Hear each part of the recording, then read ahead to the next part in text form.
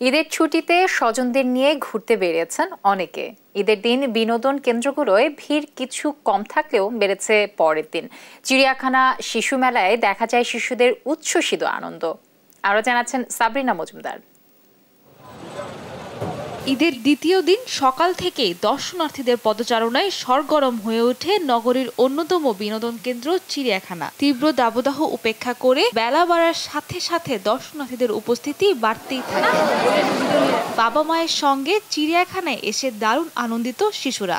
বাঘ দেখেছি, পাখি দেখেছি, ময়না দেখছি, কুমির দেখেছি, বানরকে আমাকে খুব ভালো লাগতেছে। আমি একটা বিশাল সাপ দেখছি, গজর সাপটা অনেক ভয়। ও আরে আল্লাহ, আমি তো জিব্রা দেখি না।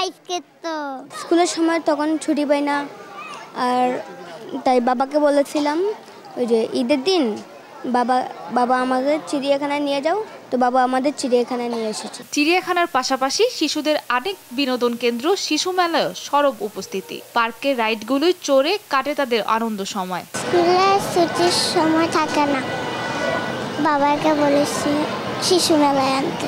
সবার সাথে আসতে আমার ভালো লাগছে। শিশু মেলায় চড়ে আমার অনেক ভালো লাগছে। ঘোরাতে চড়ছে, আমার ঘোরাতে অনেক ভালো লাগে। তবে নগরের শিশুদের উপযোগী পর্যাপ্ত বিনোদন কেন্দ্র না থাকার অভিযোগ করেন অভিভাবকরা। এখানে বেড়ানোর প্লেস খুবই সীমাবদ্ধ, তাছাড়া সবাই ওয়ার্কিং ব্যস্ত থাকে। এখন এই ছুটিতে এইরকম একটা প্লেসে বিভিন্ন রাইড আছে, কিছুটা খোলামেলা, বাচ্চা অনেক এনজয় করতেছে। বাচ্চারা ঘরবন্দি থাকে, মোবাইল কেন্দ্রিক হয়ে গেছে, যার জন্য আমরা বাইরে নিয়ে আসছি একটু আনন্দ দেওয়ার জন্য। ঈদের দিনে এই ছুটির ফাঁকে আমার ছোট 2 মেয়েরে নিয়ে আসছি। অনেক সময় অফিসের কারণে আসাই হয় না, এই ঈদের ছুটির কারণে এই ফাঁকে আমরা এই বাচ্চাদের সাময়িক আনন্দের জন্য এই শিশু পার্কে আসছি। এইসব জায়গা খুব কম, যে কারণে হয়তো আমরা গার্জিয়ান যারা আছি বাচ্চাদের ওইসব জায়গায় নিয়ে যাই না। যদি বেশি থাকতো হয়তো বাসায় খুব বেশি থাকতো না।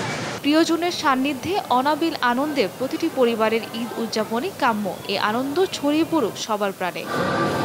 সাবরিনা মজুমদার, দেশ টিভি, ঢাকা।